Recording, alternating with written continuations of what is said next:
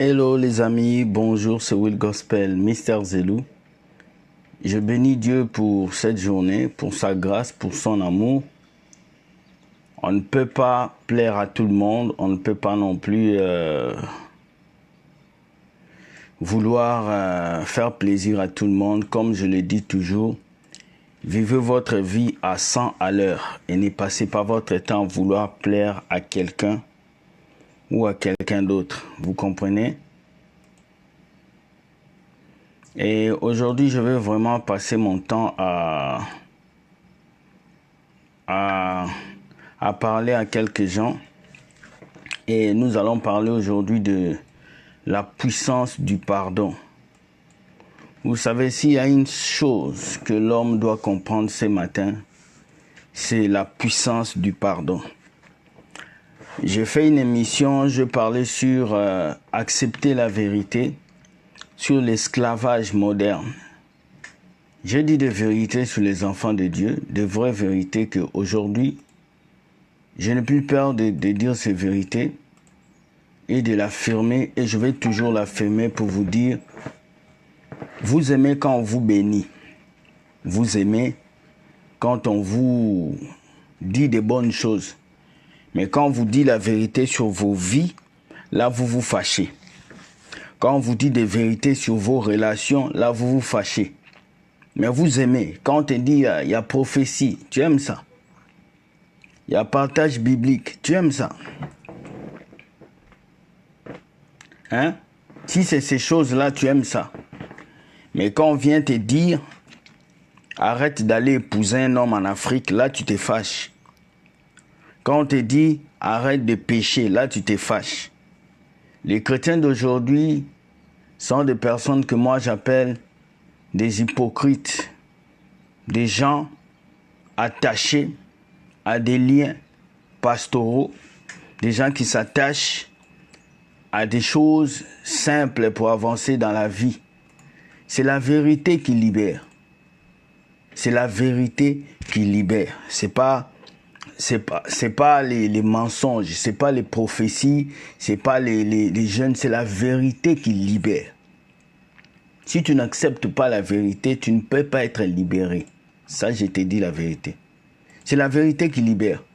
Aujourd'hui, les enfants de Dieu refusent la vérité et ils acceptent le mensonge. Tu vas voir des chrétiens qui refusent qu'on leur dit des vérités dans leur vie, mais qui veulent qu'on prophétise sur eux. Ils refusent qu'on leur enseigne la parole de Dieu, mais ils veulent qu'on prophétise. Tu penses que les prophéties vont te faire entrer au ciel? Non. Les prophéties ne vont pas t'amener au ciel. Les paroles de connaissance ne vont pas t'amener au ciel. Ce qui va t'amener au ciel, là, c'est la vérité qui sort de la bouche des serviteurs de Dieu. C'est quand un pasteur te dit, jeune fille, arrête l'impureté sexuelle. C'est quand un pasteur vient te dire, jeune garçon, arrête le désordre. C'est ça qui va te changer. C'est ça qui change. Vous voulez transformer les serviteurs en ce que vous voulez. Qu'on fasse les vidéos que vous voulez, qu'on prêche les messages que vous voulez. C'est ça que vous voulez. Donc quand on prêche un message qui ne vous plaît pas, vous signalez la vidéo. J'ai mis la vidéo là sur les relations. Les filles qui vont épouser les gens en Europe, ils l'ont signalé. YouTube m'a contraint de supprimer la vidéo. Parce que les gens ont signalé la vidéo. Parce que vous n'aimez pas la vérité. Alors, même si vous n'aimez pas la vérité, nous, on va vous dire les baies. Voilà. Une femme ne va pas en Afrique pour épouser un homme. Clair. Un homme qu'on a épousé en Afrique ne mérite pas d'hausser le ton ici en Europe. Ça, ces débats-là, on va aller avec ça jusqu'à la fin. Et tous ces chrétiens-là qui sont contre la vérité, là, je viens vous dire déjà, si vous êtes contre la vérité, sortez de ma chaîne, sortez de ma page. Je ne suis pas un chrétien bonbon. Dieu ne m'a pas envoyé pour vous partager des bonbons. Non. Les bonbons, ça donne la diabète. Il m'a amené pour partager le sel. Pendant que je parle comme ça, je m'enseigne à moi-même. Toutes les vidéos que je fais là, c'est pour me parler à moi-même aussi. Parce que je sais que je ne peux pas trébucher. Je ne peux pas trébucher. Nous ne sommes pas comme vos pasteurs catholiques là qui vous prêchent les choses que eux-mêmes ils ne vivent pas. Non. Nous, on vous prêche les choses qu'on vit. Avant que je vienne parler du pardon maintenant, j'ai pardonné. On est passé par des épreuves qui nous ont permis aujourd'hui de pardonner.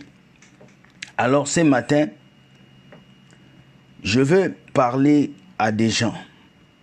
Et je veux dire à tous les abonnés, tous les gens qui me suivent, je ne ferai pas les vidéos pour vous faire plaisir. Vous comprenez? Nous ne sommes pas là sur Facebook ou pour YouTube pour faire plaisir. Si j'étais là pour faire plaisir, j'allais danser tout nu devant vous.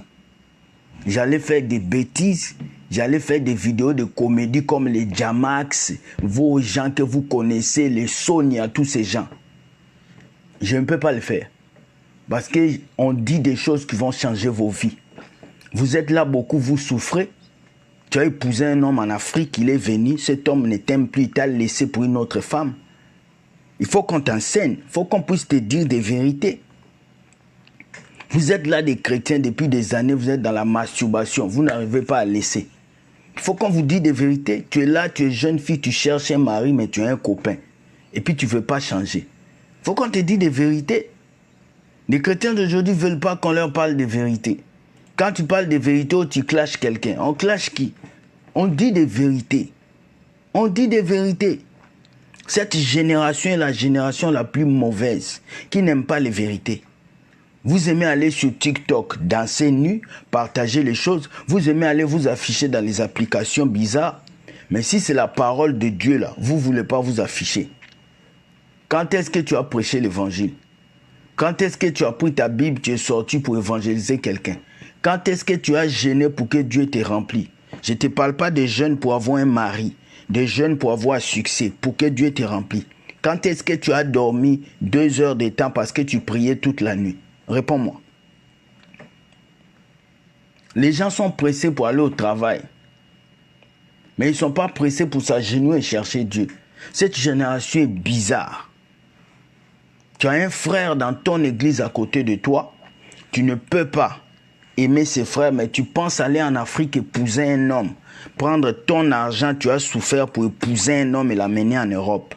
Et puis tu penses que cet homme va t'aimer. Mais quand on vous dit ça, vous allez signaler la vidéo. C'est comme si vous n'aimez jamais la vérité. Alors que nous sommes là pour dire la vérité. Après, c'est pour nous appeler et pleurer. Frère, j'ai épousé un homme, il est parti, et ma vie va mal. Mais qui a cherché le malheur? À qui la faute? À qui la faute? On passe notre vie toujours à critiquer les autres, à avoir l'œil sur l'autre, et nous-mêmes. Le jour où je suis arrivé à un point où un ami m'a fait du mal, je commençais à dire c'est lui qui a fait que j'échoue, c'est lui qui a fait que j'échoue. Beaucoup de personnes aujourd'hui mettent la charge de leur échec sur les autres. C'est à cause de mon père que j'ai échoué. C'est à cause de ma mère que j'ai échoué. C'est à cause de lui que j'ai échoué. Mais ils oublient qu'eux-mêmes, ils sont l'auteur de leur échec. Si aujourd'hui à 45 ans, tu tournes, tu n'as pas trouvé un mari, c'est à qui la faute? La faute n'est pas au pasteur. La faute n'est pas à ta famille. La faute est à toi-même d'abord. Parce que quand tu avais 20 ans, tu avais l'occasion d'avoir un homme, tu n'as pas voulu. Quand tu avais 24 ans, tu n'as pas voulu. Tu as passé tout ton temps à donner ton marchandise à tout le monde. Et quand tu vieillis, à 45 ans, tu n'as pas de mari, tu commences à pleurer, c'est le diable. Des fois, le diable n'est pas l'auteur de vos problèmes, c'est vous-même. Un jeune garçon, tu viens au Canada, Dieu te permet de venir au Canada ou en France, un pays où l'école est payante, gratuit. Tu peux faire ta vie, tu peux arranger, tu rentres dans la drogue, tu commences à fumer, tu baisses ton pantalon. On te conseille, va à l'école, étudie, tu ne veux pas écouter. Et un jour, tu sombres dans l'overdose, ta vie va mal, ta maman commence à nous appeler, mon fils est dans la drogue, mon fils est dans la drogue. À qui la faute? À toi-même. Pas besoin d'aller crier sur Satan. Tu passes à l'église du lundi au dimanche, tu ne déposes pas de CV. Et puis tu pries pour avoir un travail. Les autres sont bénis, tu deviens jaloux. À qui la faute? À toi-même. Arrêtons de mettre la faute sur les autres. Acceptons ça, acceptons. Un vrai homme, c'est celui qui est responsable de ses fautes. J'accepte mes torts, je l'accepte. La preuve en est, quand tu viens sur ma chaîne YouTube, Les bons commentaires sont là. Les mauvais commentaires sont là. Les insultes sont là. Je supprime aucun commentaire, sauf un commentaire qui touche à une vie de quelqu'un ou qui est très privé que j'enlève. Quand tu veux avancer dans la vie, accepte aussi que les gens puissent toucher ton lieu secret. Mais ce qui est important, c'est l'humilité que tu affiches face à tes adversaires. J'ai compris une seule chose. Dans la vie, si tu veux réussir, joue le jeu de l'autre. Joue le jeu de l'autre. Dieu va te propulser au plus haut. Mais aujourd'hui, nous voulons montrer aux gens qui nous sommes. Je vais vous dire aujourd'hui là, je ne veux pas faire des vidéos pour vous faire plaisir. Mettez-vous. Celui qui cherche une vidéo pour faire plaisir va écouter Marcelo Tounassi. Va écouter ICC. Va écouter les autres chaînes. Désabonne-toi. Parce que si tu penses que sur ma chaîne, tu vas écouter des vidéos qui vont seulement te faire rire, tu as menti. Tu as menti. Tu vas écouter des choses qui vont te choquer. Des choses qui vont te faire mal au cœur. Parce que moi-même, pendant que je dis ces choses, moi-même, au fond de moi, je m'enseigne. La vérité, c'est la vérité qui libère. C'est la vérité qui libère. La prophétie ne libère pas. C'est la vérité. La vérité, là, c'est ce qui sort de ta bouche. Un homme véridique n'a pas beaucoup d'amis. Un homme véridique n'a pas beaucoup de relations. Un homme véridique ne va pas n'importe où. Un homme véridique, là, il se conserve comme une boîte de conserve. Lorsqu'on me pose la question, est-ce que tu as des amis? Je n'ai pas d'amis. Mon seul ami, c'est Jésus et ma Bible. Parce que j'ai compris que ce monde-là est rempli de loups féroces qui sont prêts à te détruire. C'est la vérité qui libère. Je vous dis ça ce matin.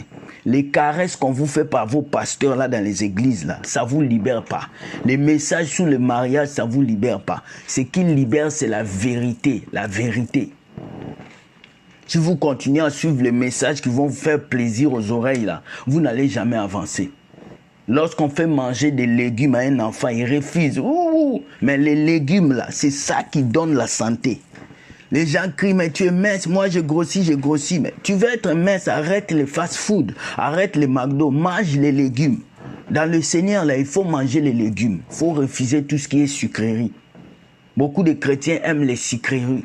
Quand le pasteur prêche sur l'élévation, il saute. Amen, amen. Oh, quand le pasteur commence à prêcher sur le péché, l'homosexualité, les péchés de la famille, toutes ces choses, vous commencez, pasteur nous juge. Regarde comment il nous juge. Il pense qu'il est saint. Pourquoi vous pensez que quand quelqu'un parle de votre vie, qu'il est saint? Pourquoi? Pourquoi vous pensez ça? Quand un message vient, ça tombe sur la situation de ta vie. Pourquoi tu penses qu'on parle de toi? J'ai jamais compris. Il y a des gens, quand ils voient un sujet que tu mets sur YouTube ou sur Facebook, ils commencent à t'écrire. Oh frère, il faut que tu arrêtes. Mais est-ce qu'on a parlé de toi? Grandissez, chrétiens, grandissez. Pendant que les autres peuples avancent, nous, on est là toujours dans les petitesses, les petites choses. Il faut que nous puissions grandir. J'ai dit, si tu n'as pas de maturité, là, il ne faut pas venir écouter mes vidéos. Si vraiment tu es un chrétien à terre, là, toi, tu cherches les prophéties, les élévations, les mariages, tu cherches les prédications, on va te dire, non, tu vas voyager. Si tu cherches ces petites prédications-là, il faut aller chez les autres. Ici, là, il n'y aura pas ça. Nous allons parler aujourd'hui de la puissance du pardon. Beaucoup de gens prient Dieu. Ils vont dans les églises, ils cherchent que Dieu change leur vie, mais ils ne pardonnent pas. Et il y a 4 éléments qui travaillent dans le pardon. Vos pensées, votre cœur, votre bouche et vos yeux. Le pardon passe par ces 4 choses. Pourquoi vos pensées? Parce qu'il y a des gens que tu dois pardonner pour le passé que tu as vécu. Il y a des gens que tu dois pardonner pour le présent qu'il t'a fait. Et il y a des gens que tu dois pardonner pour le futur. Jésus avait déjà pardonné Judas pour le futur. Il savait que Judas allait le trahir. Il savait que Judas allait détruire sa vie. Mais il avait déjà pardonné Judas. Dès le début, Jésus savait que Judas allait le trahir. Mais il avait déjà pardonné Judas. C'était dans sa tête. Le pardon du futur. Beaucoup de gens, vous avez juste le pardon du passé, mais vous n'avez pas le pardon du futur. Il y a beaucoup de gens ici. Je sais qu'ils me veulent du mal. Je sais que ces gens-là ne m'aiment pas. Je sais qu'ils suivent les vidéos juste pour chercher des failles pour me détruire. Mais je les ai pardonnés depuis longtemps. Il y a des personnes qui m'ont trahi hier. Je savais qu'ils allaient me trahir, mais je les ai déjà pardonnés. C'est ça la puissance du pardon.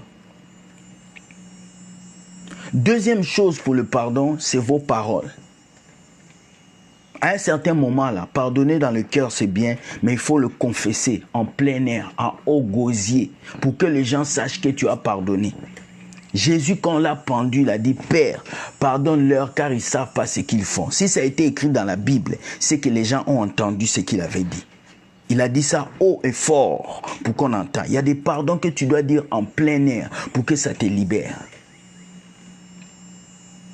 Troisième élément qui va aussi dans le pardon, comme j'avais dit vos pensées, j'avais dit la bouche et j'avais dit le cœur. Pourquoi le cœur? Le cœur est le moteur. Quand nous regardons l'ordinateur, on nous dit la carte mère, c'est la mère de l'ordinateur. C'est sur la carte mère que toutes les choses viennent se brancher, toutes les choses. Mais l'élément catalyseur de l'ordinateur, c'est le processeur. Les informaticiens qui m'écoutent vont comprendre. Le processeur, c'est l'élément catalyseur d'un ordinateur.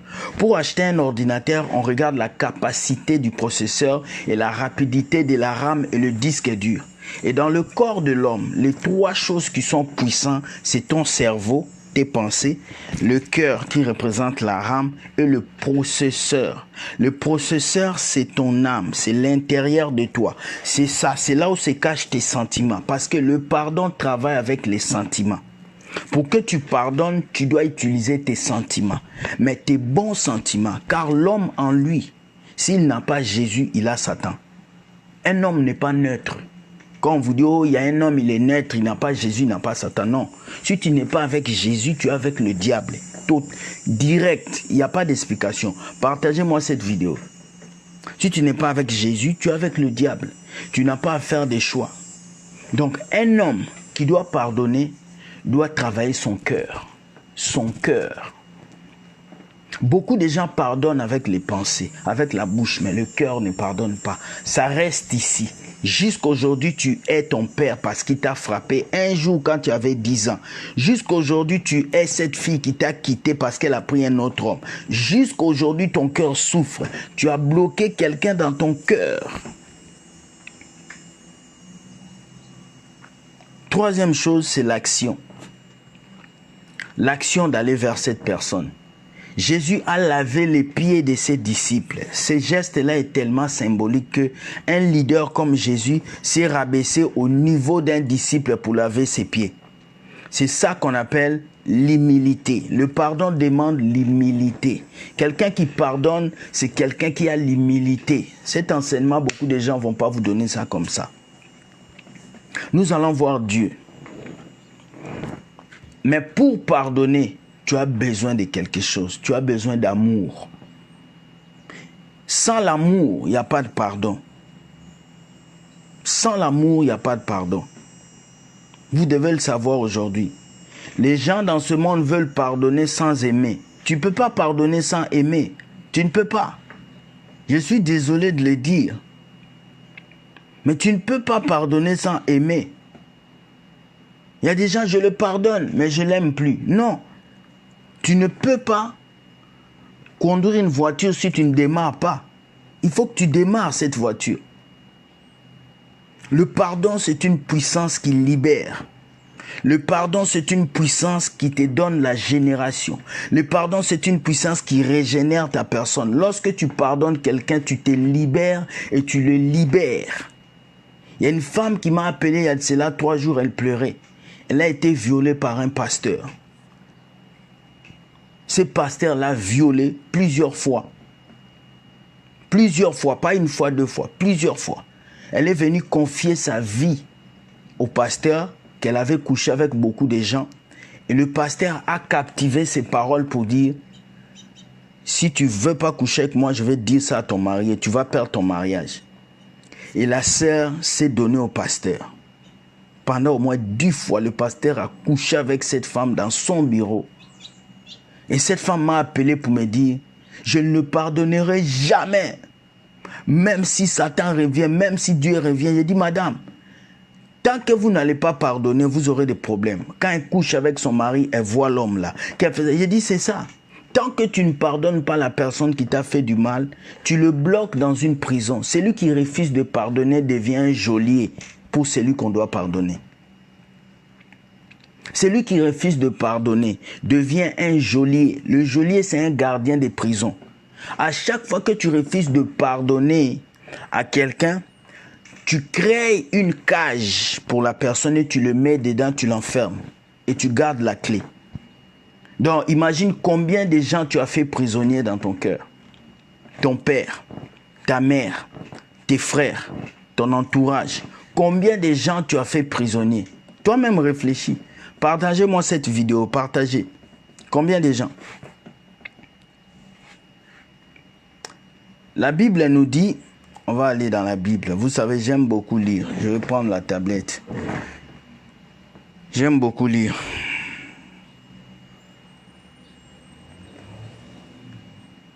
On va lire, vous allez comprendre. Vous allez comprendre beaucoup de choses.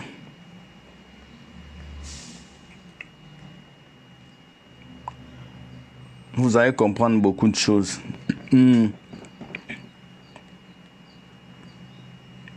Voilà, on va lire quelques versets sur le pardon. On nous dit, Matthieu 6, 14, si vous pardonnez aux hommes leurs offenses, votre Père Céleste vous pardonnera aussi.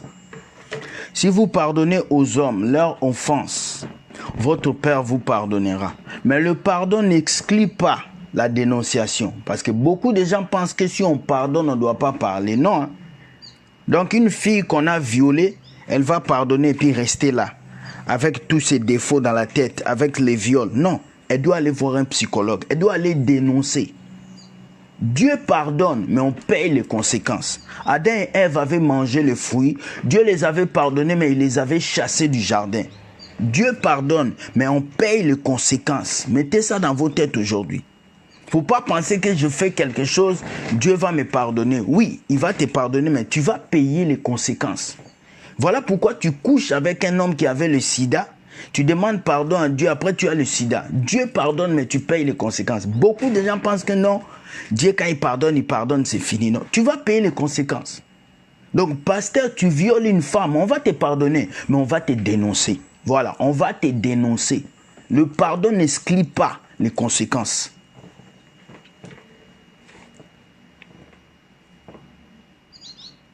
On continue. Par exemple, moi, j'ai été trahi par quelqu'un. Vous savez, cette personne a affiché une conversation audio qu'on avait eue. Hein? Mais j'ai pardonné cette personne. Mais les conséquences, c'est quoi? Moi et lui, on ne fera plus de vidéos. Parce que lui parle des dîmes, des offrandes. Il affiche son compte bancaire. Je ne suis pas dans cette vision. La conséquence, c'est ça. Dieu pardonne. Mais vous allez payer les conséquences. Donc, vous tous là qui pensez que Dieu va me pardonner, ça va aller, mais tu vas payer. Un meurtrier, quand il tue quelqu'un, il va en prison. Même s'il accepte Jésus, il va entrer en prison, il va faire sa peine. Après, il va sortir.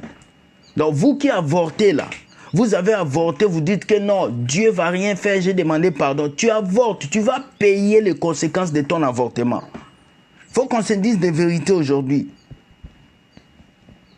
Tu as trompé ton mari avec un autre homme, tu es parti te confesser, oui. Mais la conséquence de l'adultère, là, tu vas payer ça coûte que coûte. Tout se paye ici-bas.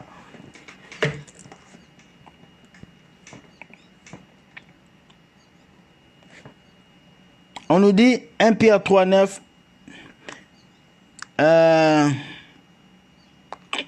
Matthieu 18, 35, c'est ainsi que mon Père Céleste vous traitera, si chacun de vous ne pardonne à son frère de tout son cœur. Vous comprenez? La Bible dit de pardonner à son frère de tout son cœur. Pardonner. Le pardon veut dire quoi? Parce qu'aujourd'hui, on vous a imbibé dans un niveau de manque de confiance ou de manque de parole que tu pardonnes et puis tu fermes ta bouche. Non, tu pardonnes et tu dis la vérité. D'abord, quand on va pardonner quelqu'un, on doit dire ce qu'il a fait. On doit dire. On doit dire ce qu'il a fait. Je te pardonne parce que tu m'as fait ça. Les conséquences sont là. Tu ne peux pas blaguer, tu ne peux pas voler l'argent des enfants de Dieu et puis on va te pardonner comme ça. Non, tu dois payer les conséquences.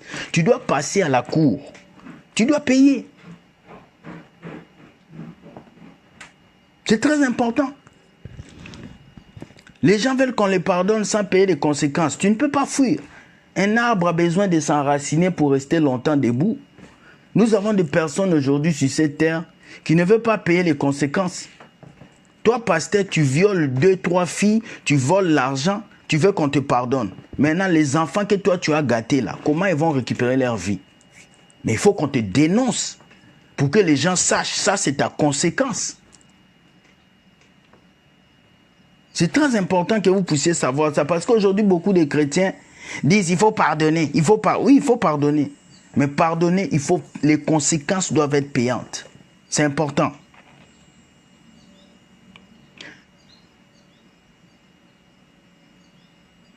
Et lorsque vous êtes debout faisant votre prière, si vous avez quelque chose contre quelqu'un, pardonnez afin que votre Père qui est dans les cieux vous pardonne. C'est très important.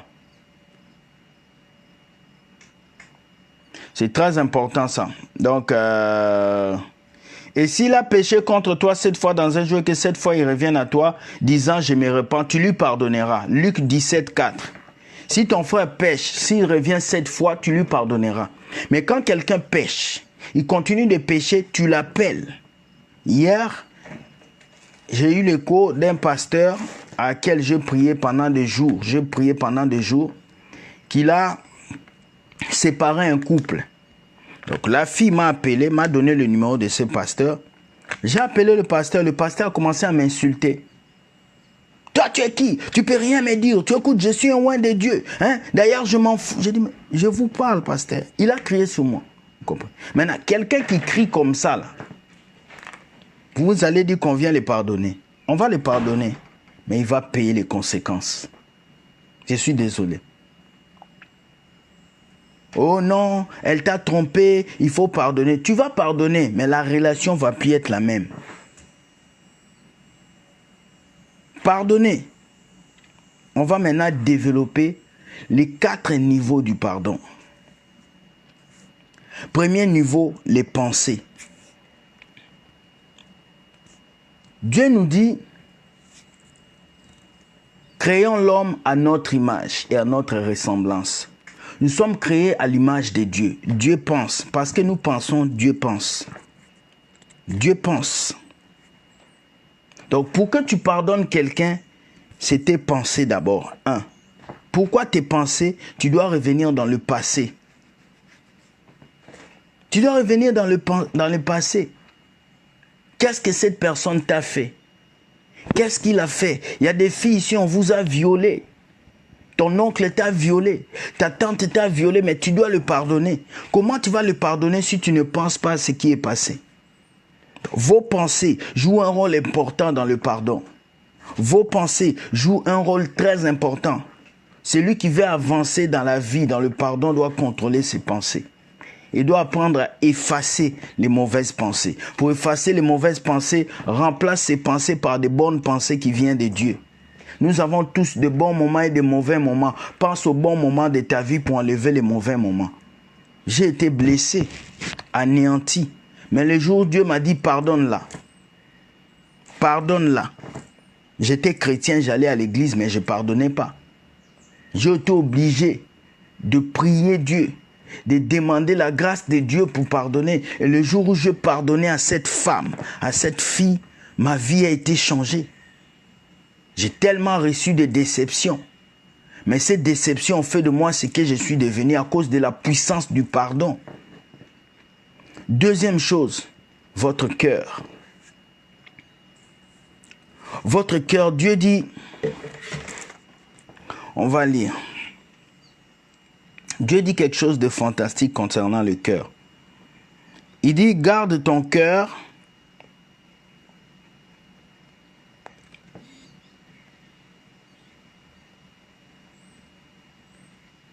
Il dit, garde ton cœur plus que toute autre chose, car de lui viennent les sources de la vie. Hier, j'avais dit pourquoi Jésus a décidé de siéger dans nos cœurs. Pourquoi il n'a pas dit, je vais rentrer dans votre cerveau, dans votre main. Pourquoi le cœur? Le cœur, c'est le centre de l'être humain. Tant que le cœur d'un homme n'a pas fini de battre, il est encore vivant. Et le cœur est très important aux yeux de Dieu. C'est le cœur que Dieu regarde pour te répondre. C'est le cœur que Dieu regarde pour te bénir. C'est le cœur que Dieu regarde pour t'élever. C'est le cœur que Dieu regarde pour transformer ta vie. Dieu ne regarde pas tes cheveux.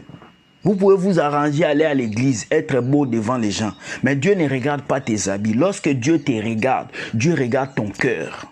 Ton cœur. Il dit, garde ton cœur plus que tout. Garde ton cœur plus que les jaloux, plus que le mot de ce monde, plus que les tentations. Garde ton cœur plus que les mauvais amoureux, les mauvais garçons qui vont venir te mentir. Garde ton cœur. Un chrétien doit garder son cœur. Ce qui est important dans la vie chrétienne, c'est ton cœur. Parce que c'est de là que sortent les sources de la vie. Quelles sont les sources de la vie? L'eau signifie la parole de Dieu. C'est de là que sortent la parole de Dieu. Mais cette parole qui sort, c'est la parole que tu lis. Quand on lit la parole de Dieu, ça ne va pas dans le cerveau, ça va dans le cœur. Et le cœur transforme cette parole devient la vie en nous. Et cette vie, on la donne aux autres. Garde ton cœur plus que toute chose. Tu ne dois pas garder ta voiture et tu laisses ton cœur.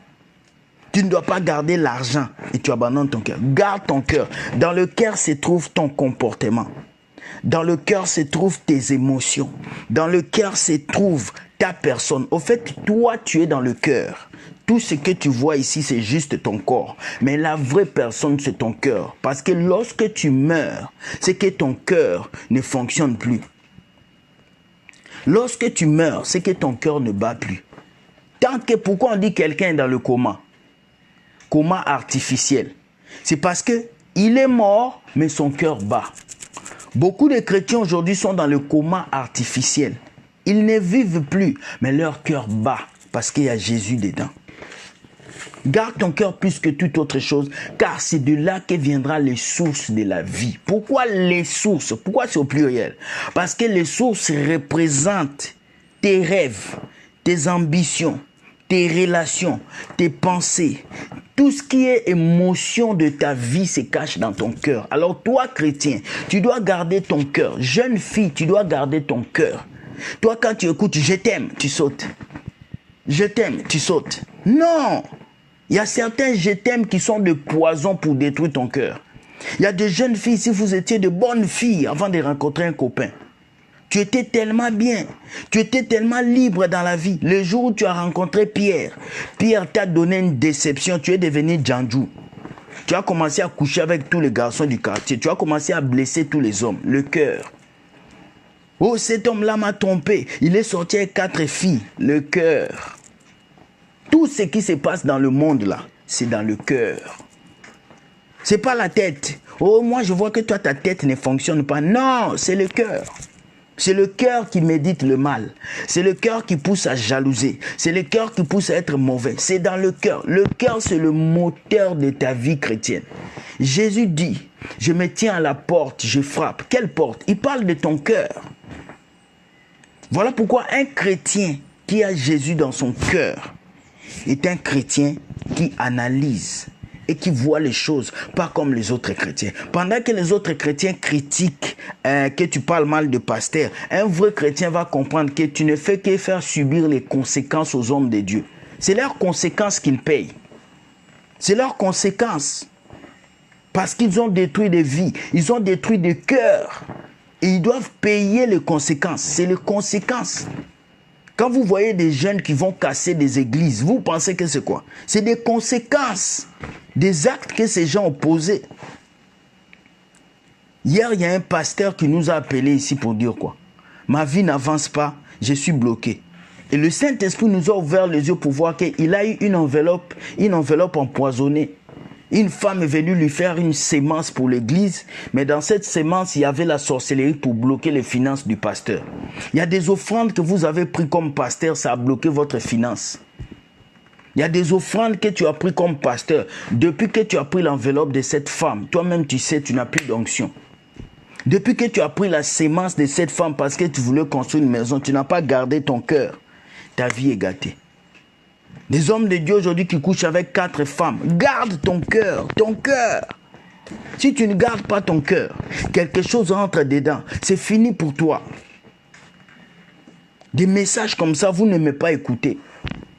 Vous voulez seulement qu'on puisse vous dire, réussissez, avancez. Mais des messages profonds comme ça qui vous parlent de votre cœur, les gens n'écoutent pas. Tu vas les voir dans TikTok, tu vas les voir là-bas dans YouTube en train de regarder Clash. Tel artiste a clashé lui là, lui il a clashé lui. C'est ce que vous aimez. Mais quand on vous parle de votre cœur, de votre vie, personne n'écoute. C'est ça la génération d'aujourd'hui. Futilité. On va avancer. Le cœur. C'est de là que viennent les sources de la vie.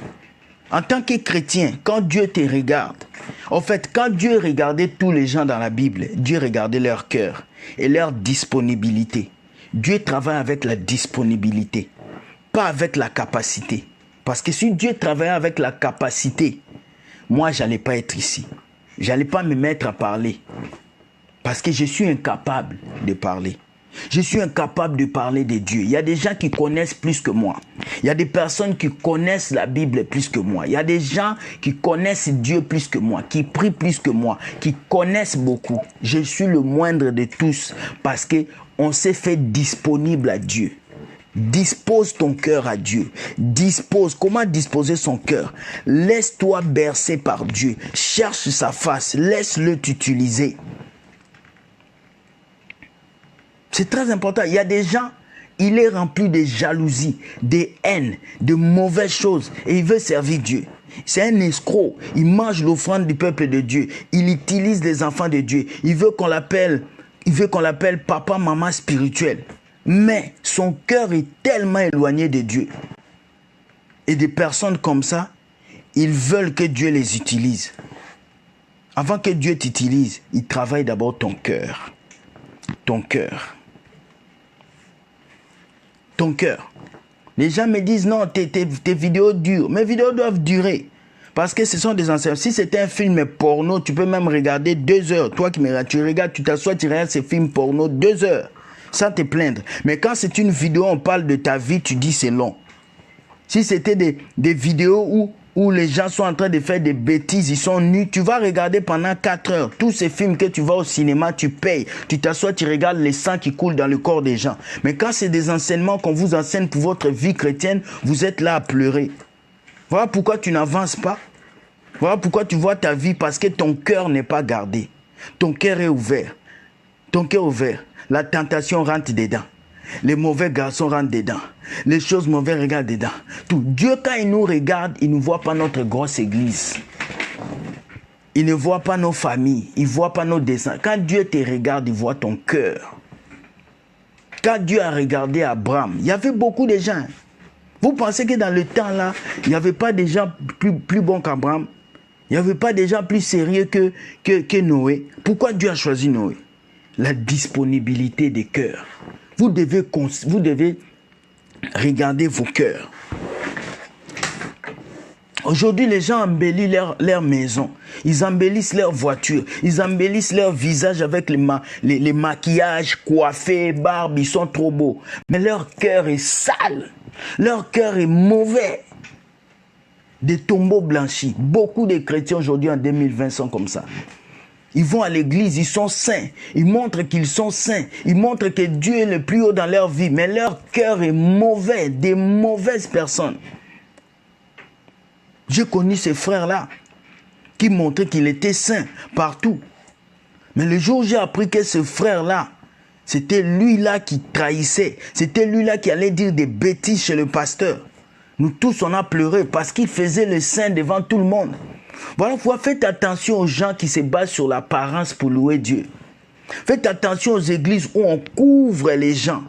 Où on dit aux femmes, couvrez-vous, montrez pas vos corps. C'est dans cette église qu'il y a plus pire des prostituées. C'est dans cette église-là qu'il y a plus pire des mauvais chrétiens. Garde ton cœur plus que tout. Troisième chose, c'est la confession. Nos paroles ont une puissance, nos paroles ont une efficacité pas possible. Je vais vous dire ça aujourd'hui. Et voilà pourquoi vous devez surveiller votre bouche. Dites la vérité. Dites la vérité. Je vous dis la vérité. Tant que vous n'allez pas dire la vérité, les gens ne vont pas être délivrés. Les gens ne vont pas être sauvés. Les gens ne vont pas connaître Jésus. Dieu t'a choisi pour que tu dis la vérité. Il ne faut pas caresser la vérité. Il ne faut pas caresser. Nous vivons dans une génération où les gens veulent caresser les choses. J'ai beaucoup aimé un frère à moi que j'appelle Cédric. Cédric ne mâche pas ses mots face à moi. Cédric me dit les vérités. Deux fois, il te dit, toi là, tu es comme ça, comme ça. C'est comme tu dis, ah, Cédric, pourquoi tu me dis ça? Ah, il te dit des vérités. Et toi-même, tu dis, j'ai aimé les amis qui vous disent des vérités. Aimez les amis qui vous disent des vérités. Le jour où je me suis séparé de ma femme, j'ai dit, je vais aller la tuer, je vais lui faire du mal. Lui, avec ses garçons, j'étais prêt. J'ai appelé la clique. Tous les gars étaient prêts. Me dit, William, dis seulement, on va aller le tabasser. Dieu m'a dit, accepte. Mon ami est venu me dire, il dit, tu es fou, tu es malade. Un garçon comme toi, tu vas aller gâter ta vie. Accepte. Il a crié sur moi. Il m'a giflé. Pour la première fois, un garçon comme moi m'a giflé là. J'ai eu des étoiles. Il m'a dit la vérité. Les gens m'ont dit des vérités. Alors, si toi, tu as peur qu'on te dise des vérités, c'est que tu n'es pas chrétien. Il faut qu'on te dise des vérités. Il y a des gens, personne ne peut me dire des vérités. Personne ne peut me dire des vérités. Non, non, tu es qui pour ne pas qu'on te dise des vérités? Tu es qui pour ne pas qu'on rentre dans ta vie privée? Lorsqu'on te voit marcher mal, on va te dire, pasteur. Il y a des pasteurs, des hommes de Dieu ici. Tu sais que tu marches dans l'impudicité. Tu le sais. Les gens voient tout ce que tu fais comme des choses. Tu es sorti à la télé. Tu as couché avec des sœurs. Mais tu ne veux pas qu'on te parle. Toi, tu es qui? Tu es un béton. Tu es un béton. On va te dire que tu es faux pasteur. Clair. Pourquoi on ne va pas te dire? Pour que tu puisses continuer à coucher avec d'autres filles. Il faut qu'on te dénonce. Lorsque j'ai dénoncé un bandit de pasteur ici, là, je l'ai dénoncé ici. Une sœur m'appelle après 2 jours. Frère, bonjour frère. C'est vrai, le pasteur là m'avait donné rendez-vous dans 2 semaines, j'allais les rencontrer. Déjà, il faisait le plan pour coucher avec cette sœur. C'est quand j'ai dénoncé le pasteur sur YouTube que la sœur a vu clair et l'a fouille. Vous étiez là vous-même, quand on a fait la vidéo, la semaine là, il y a de cela 2 jours, quand cette femme est venue dénoncer l'église Charisme, devant vous, au téléphone, elle a commencé à crier, Charisme, Charisme. C'était pas moi. On l'a dénoncé ici. Mais pourtant, beaucoup de fois, je parlais, personne ne savait. Il faut accepter qu'on vous dise des vérités et que vous aussi, vous puissiez dire des vérités. Quand tu t'assois dans la société, tu vois quelque chose qui ne marche pas, il faut dire la vérité. Aujourd'hui, nous sommes dans une génération où tout le monde peut s'exprimer. Les réseaux sociaux sont là, YouTube est là. Tu n'as pas besoin d'attendre l'accord de quelqu'un pour dire ce que tu n'aimes pas. Quelque chose se passe dans ta ville, tu n'aimes pas. Il faut dire la vérité. Vaut mieux mourir pour une vérité que vivre pour caresser le mensonge. Vaut mieux vivre un jour comme un lion et partir que vivre toute la vie comme un mouton. C'est très important ce que je vous dis. Beaucoup de chrétiens aujourd'hui vivent comme des moutons. Ils sont en train de subir. Et ils ne peuvent pas ouvrir leur bouche. Et ils attendent que les autres fassent pour vous. Martin Luther King a combattu des années pour une cause qu'il a tuée. Alors toi, tu combats quelle cause? Quand tu te réveilles les matins, tu te réveilles avec quelle cause? Tu te réveilles avec quel... Il y a des chrétiens qui se réveillent juste pour le travail. Manger, boire et puis dormir, aller à l'église. C'est pas ça que Dieu t'a créé. C'est peu. Si tu es né seulement pour travailler, c'est peu. Je te dis, tu vis pas. Celui qui vit, c'est celui qui partage la vie qu'il a en lui aux autres. C'est celui qui partage la vérité là où le mensonge a régné. Ce monde est déjà rempli de mensonges. Rempli de mensonges. Il y a beaucoup de mensonges que je peux vous citer. Jésus n'existe pas. Jésus, c'est un noir, c'est un blanc, c'est un noir. l'évangile c'est pour les colons. Les filles, l'avortement n'est pas un péché. L'homosexualité n'est pas mauvais. Les gens sont nés comme ça. Le monde est rempli de mensonges. Chaque jour, il y a un mensonge qui sort. Mais toi, tu as la vérité en toi qui s'appelle Jésus. Qu'est-ce que tu fais avec cette vérité? Qu'est-ce que tu fais? Lorsque je m'assois, je regarde ce monde qui va en perte. Je ne peux pas me taire. Un homme de vérité ne se tait pas quand le mensonge domine. Jamais. Jésus-Christ est rentré dans le temple, il ne pouvait pas se taire. Un chrétien qui est dans la vérité ne peut pas se taire quand le mensonge se passe. Tout homme de Dieu qui se lève pour dire non, on n'a pas besoin de juger les hommes de Dieu, il faut laisser Dieu le juger. Mais c'est lui-même qui est dans le mensonge. Tu ne peux pas caresser le péché. Tu ne peux pas caresser l'injustice. Dieu nous a appelés pour la justice, pas pour l'injustice. On ne peut pas supporter quelqu'un qui est dans l'injustice. Quelqu'un qui ne travaille pas. Il est assis sur une chaise dans une église et il attend que vous lui donnez des enveloppes. Alors que la Bible dit, celui qui ne travaille pas ne mange pas. Vous ne pouvez pas faire ça. Comment vous pouvez supporter des gens comme ça? Pourtant, il y a des gens qui travaillent, qui se tuent et ils ont besoin de votre soutien. Vous ne les soutenez pas. Réveillez-vous. Troisième chose, c'est l'action. L'action d'aller voir cette personne. L'action de lui parler. L'action de lui dire, frère, sœur, je veux te parler. Je veux te pardonner. Il y a une sœur qui m'a appelé avant-hier. Oh, les sorciers sont en train de m'attaquer. Les démons sont en train de m'attaquer chez moi. J'ai des démons autour de moi. Le Saint-Esprit m'a dit, pose-là la question, comment va sa relation avec ses parents? Comment va la relation avec ta mère? Eh, celle-là, je ne l'aime pas. Moi, je ne l'aime pas. Prie pour moi pour que Dieu me protège contre les sorciers. J'ai quitté déjà 5 maisons parce qu'il y avait des sorciers. J'ai dit, madame, quelqu'un qui passe son temps à fuir les sorciers, c'est quelqu'un qui fuit elle-même son destin.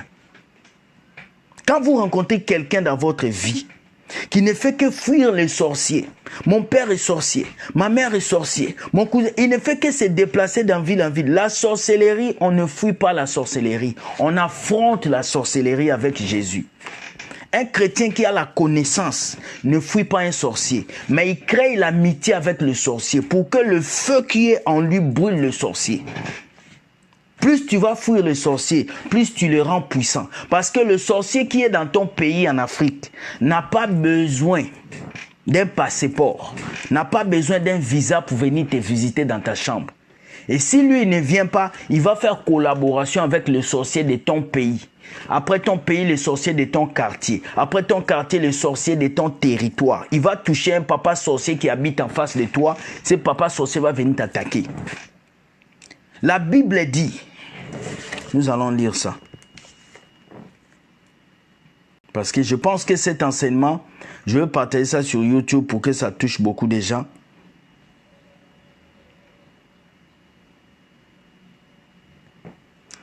La Bible dit, honore ton père et ta mère, afin que tes jours se prolongent. On parle d'une durée. On parle d'une continuité. Pour que tu aies de la continuité dans cette vie, tu dois honorer ton père et ta mère. Dans le pays que l'Éternel, ton Dieu, te donne. Dieu m'a donné le Canada. Pour que je puisse vivre dans le Canada, pour que je puisse réussir dans ce pays, il faut que j'honore mon père et ma mère. Il faut que quand ma mère me parle, je m'assois, j'écoute. Il faut que j'écoute les conseils de ma mère. Pour que je puisse durer ici au Canada, pour que ce que je fais réussisse, pour que la malédiction des faux pasteurs ne touche pas ma vie, je dois honorer ma mère, je dois honorer mon père, je dois les écouter. Si ma mère me dit ces messages-là changent, je dois changer.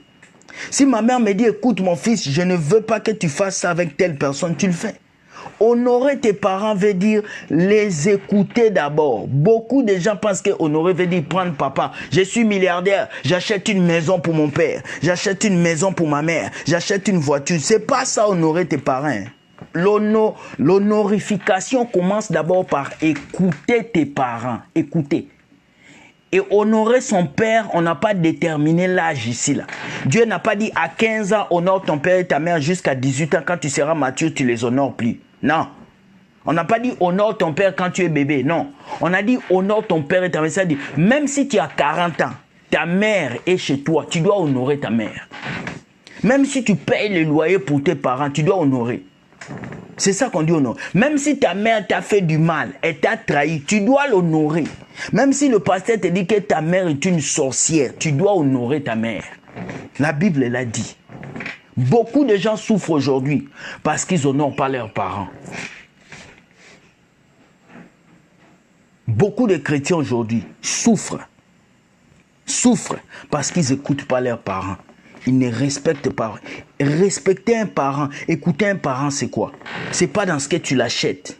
C'est pas parce que j'achète une voiture à ma mère que je l'honore. Ça, c'est matériel. Le vrai mot honorer, c'est spirituel et c'est dans les actes. C'est dans les actes. Tu passes combien de temps au téléphone avec tes parents? Quand ta mère t'appelle, c'est 2 minutes. Maman, ah ça va, ah je suis fatigué. Ah maman, ok, j'ai compris. Mais quand tu appelles ton ex, quand tu appelles ton patron, tu fais 1 heure au téléphone. Quand tu appelles ton pasteur, tu fais 4 heures. Mais ta propre mère, tu es incapable de faire 1 heure avec elle au téléphone. Est-ce que tu l'honores? Pose-toi une question. Beaucoup d'entre vous là, vous voulez que Dieu vous bénisse.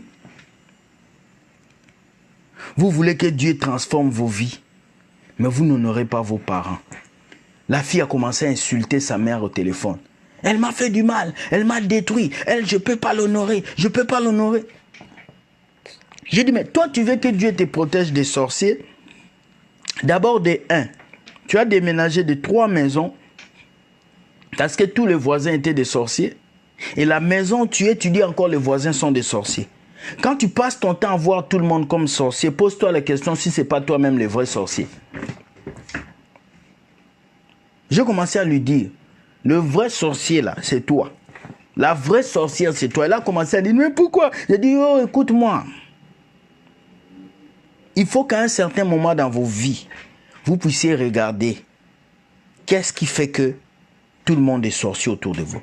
On vous a tellement enseigné un évangile qui glorifie Satan, qui vous a maintenu aujourd'hui dans la sorcellerie inconsciente. Et pour vous, tout le monde est sorcier. Pour vous, tout le monde est sorcier. Pourtant, toi-même, tu peux être le sorcier de ta propre vie. Toi-même, là, tu peux être le sorcier de ta propre vie. Toi-même, tu peux être celui qui a maudit ta vie. Beaucoup de jeunes, en 2020, se sont maudits eux-mêmes parce qu'ils n'écoutent pas leurs parents. Ne soyez pas étonnés. Ne soyez pas étonnés dans 10 ans, 20 ans, si Jésus ne revient pas, de voir des parents qu'on va maltraiter par leurs enfants. Une fois, j'ai travaillé dans une résidence des hommes âgés. Et la dame qui était là a commencé à pleurer. J'ai dit quoi? Elle dit, j'ai fait beaucoup de bêtises. J'ai dit, et vos enfants? Elle dit, mes enfants ne viennent pas me voir. J'ai presque 80 ans, mes enfants m'ont fui. J'ai dit, pourquoi? Elle dit, parce que j'ai 4 enfants. Mon premier fils, je l'avais chassé de la maison quand il était devenu mature. Ma deuxième fille, je l'avais chassée quand elle a eu une grossesse. Troisième fille, je l'avais chassée. Moi-même, je n'ai pas écouté mes parents. Je les ai laissés tomber. Dernier enfant, lui-même, il m'a dit que je ne serais plus sa maman. Le cœur. Quelle éducation tu donnes à tes enfants? Et toi-même, parent, comment tu te comportes envers les enfants? Honore ton père et ta mère. Il y a des jeunes filles aujourd'hui qui n'honorent pas leurs parents, mais qui veulent un mari. Comment tu peux respecter ton mari si tu ne respectes pas tes parents? Comment tu veux respecter ton mari si tu ne respectes pas tes parents? Si ton père, tu cries sur lui, tu l'insultes imbécile. Comment? Comment tu peux respecter ton mari si tu ne peux même pas écouter ton père? Une fois, nous sommes allés rendre visite à une sœur avec son fiancé. Nous sommes arrivés. Dès que nous sommes arrivés, la sœur nous appelle et puis elle nous dit, je vais vous présenter à mon père. On a présenté à mon père et puis le papa dit à la fille, oh, tu peux aller un peu dans ta chambre, je veux parler avec les garçons. Nous sommes arrivés, le papa nous a dit, il ne faut pas épouser ma fille. Oh, mais comment? Il dit au garçon, n'épouse pas ma fille. Il dit, pourquoi? Il dit, non, elle est impolie. Si tu épouses ma fille, ta vie est gâtée. C'est une mauvaise fille. Il dit, pourquoi? Il dit, elle manque du respect. Elle fait semblant d'être comme ça. Ah! Nous sommes sortis de la maison. Moi, je dis à mon ami, hé, frère, en tout cas, Dieu là, il a parlé. Si toi, tu t'entêtes, c'est ton problème. Le papa, le garçon s'est entêté, il a épousé la fille, pan, mariage, tout ça. Le papa n'était pas toujours d'accord. 3 mois après, les querelles ont commencé. La fille a insulté les garçons, insulté sa famille. Même la maman du garçon était à la maison. Elle a insulté la maman du garçon. Elle a jeté les habits de la maman du garçon par terre. Quand ils ont appelé le papa dit, je ne viens pas. Je vous avais dit. La source. Alors ce matin, je vais te dire ça avant de finir cette vidéo. Si quelqu'un t'a fait du mal, si quelqu'un a détruit ta vie, pardonne-le. Pardonne-le et avance. Parce que si tu refuses de pardonner, tu as mis un mur devant toi. Ce mur t'empêche de voir ton futur. Jésus a pardonné à Judas. Jésus a pardonné à Pierre. Jésus a pardonné aux gens qui les clouaient sur la croix. Malgré qu'ils étaient en train de le clouer, il disait, Père, pardonne-leur car ils ne savent pas ce qu'ils font. Alors, là où tu es aujourd'hui, tu as des jaloux, des haineux, des personnes qui ne t'aiment pas. Peut-être à cause de l'étoile qui est en toi. Peut-être à cause de la lumière qui est en toi. Tu as quelqu'un qui t'a violé. Ton père t'a détruit. Ta mère t'a rejeté. Il y a une femme qui m'avait appelé, qui m'a dit, moi j'ai été ramassé. J'ai été ramassé parce que ma mère m'avait jeté. Quand ma mère m'a jeté, j'avais personne. Et je hais ma mère, je hais.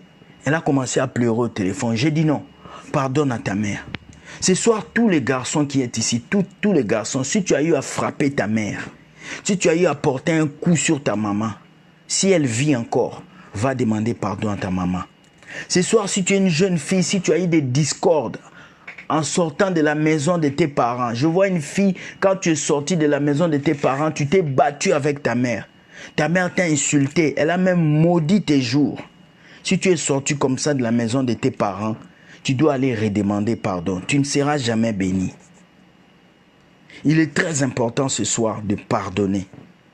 Regarde dans ta vie. Regarde celui qui t'a blessé. Regarde celui qui t'a fait du mal. Commence à pardonner maintenant. Commence à pardonner. Vous savez, ça m'a pris beaucoup de temps pour pardonner à mon ex-femme. Ça m'a pris beaucoup de temps. Ça m'a fait mal. Ça m'a fait mal de voir une personne que tu as aimée te blesser, t'humilier devant le monde entier. Ça m'a fait mal de voir un frère que tu aimais te trahir. Mais depuis que Dieu m'a appris la puissance du pardon, ma vie n'est plus la même.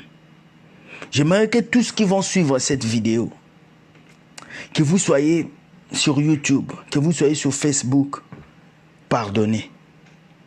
Mais n'oubliez pas, il y a les conséquences. Toi, Marie, ta femme a avorté 6-7 fois. Vous n'avez pas d'enfant, pardonne-la. Le pardon va vous libérer. Le pardon va vous élever. Le pardon va vous procurer la paix du cœur. Le pardon fera de vous quelqu'un de grand. Si aujourd'hui je peux parler devant vous et être à l'aise, c'est parce que j'ai pardonné. J'ai pardonné les rejets. J'ai pardonné les insultes. J'ai pardonné les piétinements. J'ai pardonné même à des frères qui m'ont poignardé dans le dos. Alors ce soir, pardonne. Pardonne cet homme qui t'a quitté, qui t'a laissé avec les enfants. Pardonne cette fille qui t'a laissé parce que tu n'as pas d'argent. Pardonne ces garçons qui t'a abandonné avec la grossesse. Pardonne. Ce soir, après cette vidéo, assieds-toi dans un coin et commence à demander pardon. Je sais que cette vidéo, beaucoup de gens vont pleurer. Beaucoup de gens seront touchés. Il y a un garçon qui me disait, moi on m'a violé par l'arrière. Je suis un ami, mais on m'a violé par l'arrière. Mais pardonne à cet homme-là. Vous qui avez vécu dans les zones de guerre, tu as vu des rebelles couper la tête de ton père, couper la tête de ta mère. Pardonne. S'il te plaît, je te demande de pardonner. Forgive. Forgive. Please. Pardon. On fait comme ça en Côte d'Ivoire. Pardon, pardonne, pardonne, pardonne. Je sais que cet homme était ingrat. Il est venu dans ta vie pour te mentir, mais pardonne-le. Je sais que cet assassin a tué ton père. Il a tué ta mère, mais pardonne-le. Je sais que toute la famille a arraché le bien de papa quand il était mort. On vous a jeté dans la rue. Tu n'avais plus où aller. Tu t'es battu. Aujourd'hui, tu es devenu un homme. Pardonne. Je sais. Je sais. Cette vidéo ce matin est venue pour relever quelqu'un. Cette vidéo est venue pour donner la raison à quelqu'un. Alors vous qui suivez YouTube, vous qui êtes sur YouTube, après cette vidéo, envoyez cette vidéo à toutes les personnes qui vous ont fait du mal. Dites-leur, je vous pardonne. Je vous pardonne. Et je vous pardonne. Prions. Seigneur, nous te bénissons pour cet enseignement sur le pardon. Ça a été difficile pour nous de pardonner. Mais ce matin, nous pardonnons aux gens qui nous ont fait du mal. Nous pardonnons aux gens qui nous ont blessés. Nous pardonnons aux gens qui nous ont humiliés, nos parents, nos amis, notre entourage, nos ennemis. Nous les pardonnons. Nos ennemis continuent à nous haïr, continuent à nous détruire, mais nous n'avons qu'une seule parole. Nous vous pardonnons. Lorsque tu pardonnes, tu lances du charbon chaud sur la tête de tes ennemis. Lorsque tu pardonnes, tu dis à Dieu qu'il est puissant dans ta vie. Alors pardonne pour que Dieu fasse de toi une bénédiction. Sois béni et passe une très bonne soirée. Bye, bye et bye. N'oublie pas, partage cette vidéo aux personnes qui ont besoin de pardonner. Tag les noms de tes amis et envoie cette vidéo à tous les gens qui t'ont fait du mal. Quand tu envoies cette vidéo, écris par description, je vous pardonne. Partage cette vidéo sur ton statut. Écris, je vous pardonne. Papa, maman, je te pardonne. Mon confrère, je te pardonne. Toi qui as fait que je perds mon travail, je te pardonne. Président de la République, je te pardonne. Dieu, je te pardonne. Oui, parce qu'il y a des gens qui sont en conflit avec Dieu. Il y a des gens qui doivent pardonner Dieu. Ils sont là. Dieu, je ne te parle pas parce que tu m'as fait ça. Il faut pardonner. Et Dieu va changer ta vie. Bonne soirée à vous. De bénédiction. Je suis en train de déménager. Donc, comme vous avez vu, ma chambre, mon studio est en train d'être préparé. Donc, je suis en train de déménager pour un autre endroit où nous allons faire un grand plateau avec des chaises, avec d'autres caméras professionnelles. Parce qu'il y aura une émission de discussion qui va commencer dans quelques mois. Nous allons déménager. Vous allez voir notre nouveau studio. Soyez bénis. Que Dieu vous garde. Partagez la vidéo. Partagez la vidéo. Permettez aux gens de comprendre le message du pardon et la réconciliation. Soyez bénis. Que Dieu vous garde. Je continue à vous dire, fouillez les eaux. Fouillez les eaux. Il y a quelque chose dans l'eau. J'avais dit aux gens de quitter les eaux, les plages. Vous avez vu en Haïti, il y a eu un bateau qui a coulé et il y a eu l'eau qui a emporté des maisons. En Guyane, il y aura des volcans qui vont rentrer en éruption en Amérique latine. Le Venezuela, tous ces pays-là qui sont en Amérique latine, je vois des volcans en éruption. Faites très attention, vous qui allez voyager là-bas. Les gens qui habitent dans les îles, faites très attention avec les eaux. Il y aura vraiment des catastrophes naturelles avant fin 2020. Je prie que Dieu vous protège, qu'il vous garde. Accrochez-vous à Jésus et à sa parole. Ça, c'est votre secret. Ça, c'est votre cheval de Troie. La Bible, que ça ne vous quitte pas. Soyez bénis et que Dieu vous garde. J'ai fait ma mission. C'est à toi de choisir de pardonner ou pas. Bonne journée à vous et ciao.